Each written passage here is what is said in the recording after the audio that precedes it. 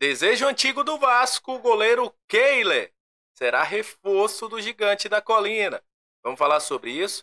Vamos falar também sobre futuro de Orelhano. Olha, o Vasco vai ter que rebolar para trazer um futuro para esse jogador aí, hein? Não perder o seu valor.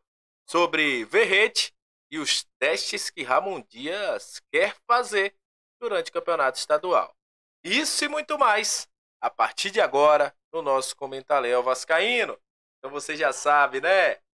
Sobe a vinheta.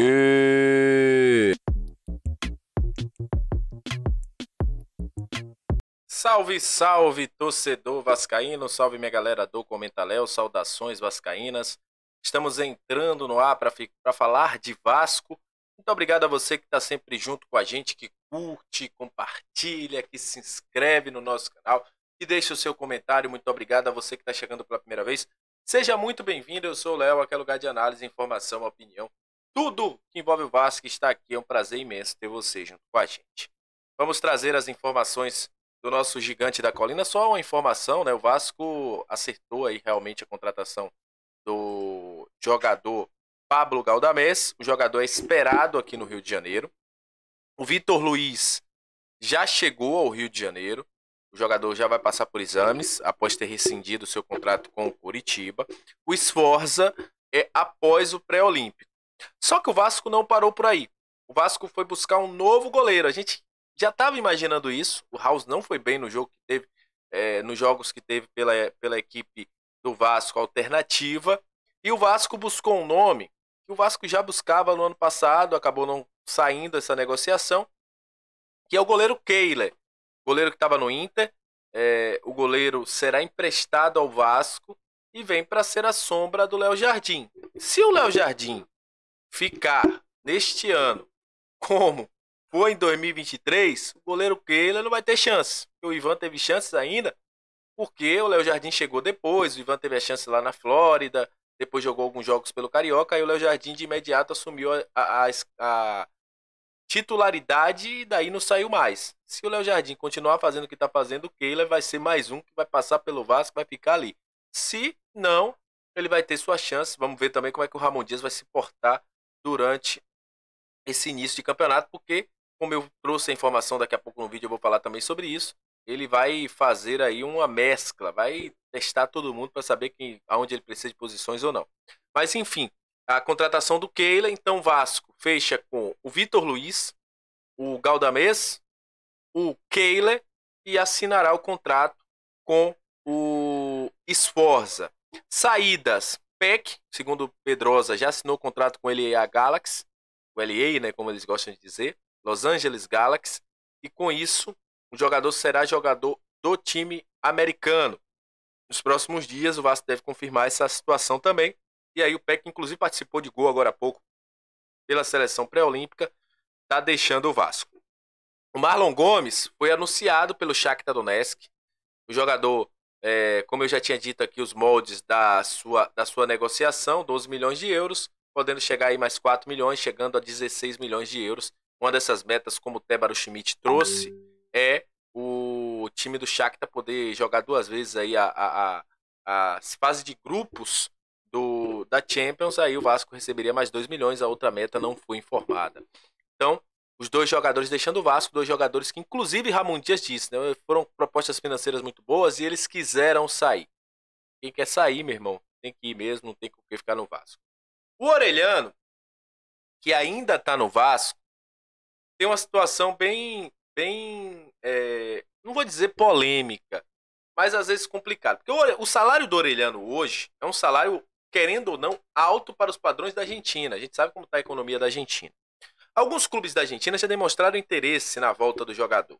O próprio Boca, o Vélez, mas aí o Vélez viu que o salário dele está muito alto, não tem como custear, também um possível pagamento para o Vasco não ficaria legal.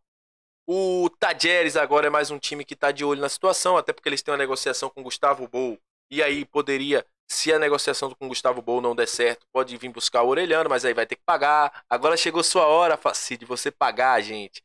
Mas enfim, é uma questão que o Vasco vai buscar. O Vasco não vai perder dinheiro, o Vasco quer um retorno financeiro e o jogador quer sair. Só que é o seguinte, ele não vai sair do Vasco para o Vasco perder.